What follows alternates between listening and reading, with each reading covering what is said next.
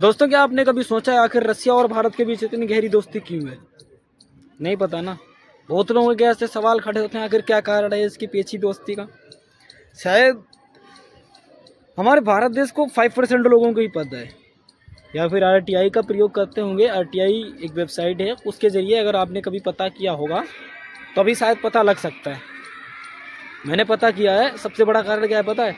जब हमारे नेताजी बोस को गुमनाम किया गया था ना, तो असली कारण यही कि हमारे रसिया ने उनको छुपा रखा था।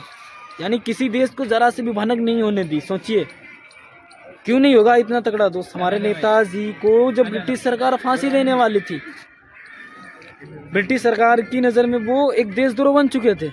यानी कि उन्होंने आज़ाद हिंद फौज तैयार की थी ना, इस वजह से। और उन्होंने ऐसी रचना रची जो उनकी कामयाब हुई। आखिरकार जब हमारे बोस जी भारत देश के, तो आखिरकार उनकी राख जो थी हमारे भारत क्यों नहीं आई? इस सबसे बड़ा कारण यही है। और जापान ने आज तक सुरक्षित क्यों कर रखी है, और भारत आखिर अभी तक उसका डीएनए टेस्ट क्यों नहीं करा रही है? सबसे बड़ा कारण यही है।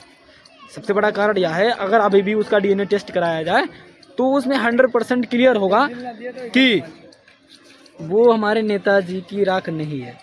जी, 100% क्लियर होगा नेताजी की राख नहीं है। अगर होती तो सबसे बड़ा कारण यही है कि रसिया ने हमारे भारत के लीडर को छुपाया था।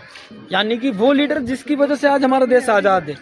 जी, 100% उनकी वजह से ही हमारा देश आज़ाद है। हालांकि हमारे बहुत से क्रांतिकारी ऐसे हैं जिनका तमाम हिस्सा रहा है। अगर देखा जाए, सबसे बड़ा अहम हिस्सा जो है ना हमारे लीडर्स का रहा, यानी कि नेताजी बोस का हमारे जो सबसे बड़ा हिस्सा रहा है। और उससे भी बड़ा हिस्सा ये रहा है कि रसिया ने उनको छुपाया था। सोचिए, ऐसे व्यक्ति को रसिया ने छुपाया जिसको ब्रिटिश सरकार फांसी देने पर तुली हुई।